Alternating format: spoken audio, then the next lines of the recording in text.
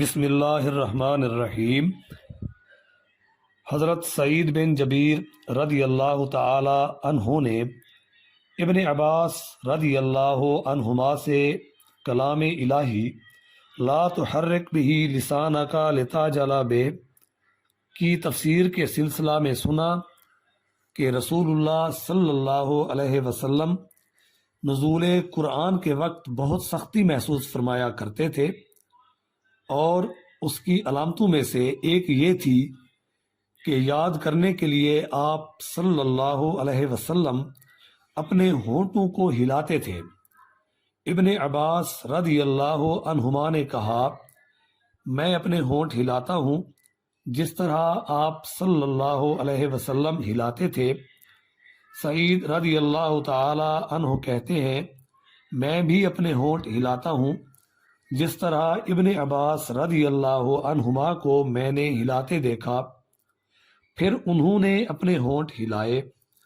ابن عباس رضی اللہ عنہما نے کہا، پھر یہ آیت اتری، لا تحرک بہ لسانک لتعجل بہ ان علینا جمعہ وقرآنہ، کہ اے محمد صلی اللہ علیہ وسلم قرآن کو جلد جلد یاد کرنے کے لیے اپنی زبان نہ ہلاؤ، اس کا جمع کر دینا اور پڑھا دینا ہمارا ذمہ ہے۔ ابن عباس رضی اللہ عنہما کہتے ہیں، یعنی قرآن آپ صلی اللہ علیہ وسلم کے دل میں جما دینا اور پڑھا دینا ہمارے ذمہ ہے۔ پھر جب ہم پڑھ چکیں تو اس پڑھے ہوئے کی اتباع کرو۔ ابن عباس رضی اللہ عنہما فرماتے ہیں، اس کا مطلب یہ ہے کہ آپ اس کو خاموشی کے ساتھ سنتے رہو، اس کے بعد مطلب سمجھا دینا ہمارے ذمہ ہے۔ پھر یقیناً یہ ہماری ذمہ داری ہے کہ آپ صلی اللہ علیہ وسلم اس کو پڑھو، یعنی اس کو محفوظ کر سکو۔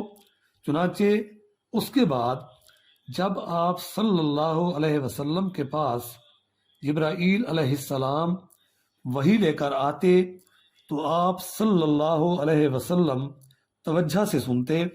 جب وہ چلے جاتے تو رسول اللہ صلی اللہ علیہ وسلم اس وحی کو اسی طرح پڑھتے جس طرح جبرائیل علیہ السلام نے اسے پڑھا تھا۔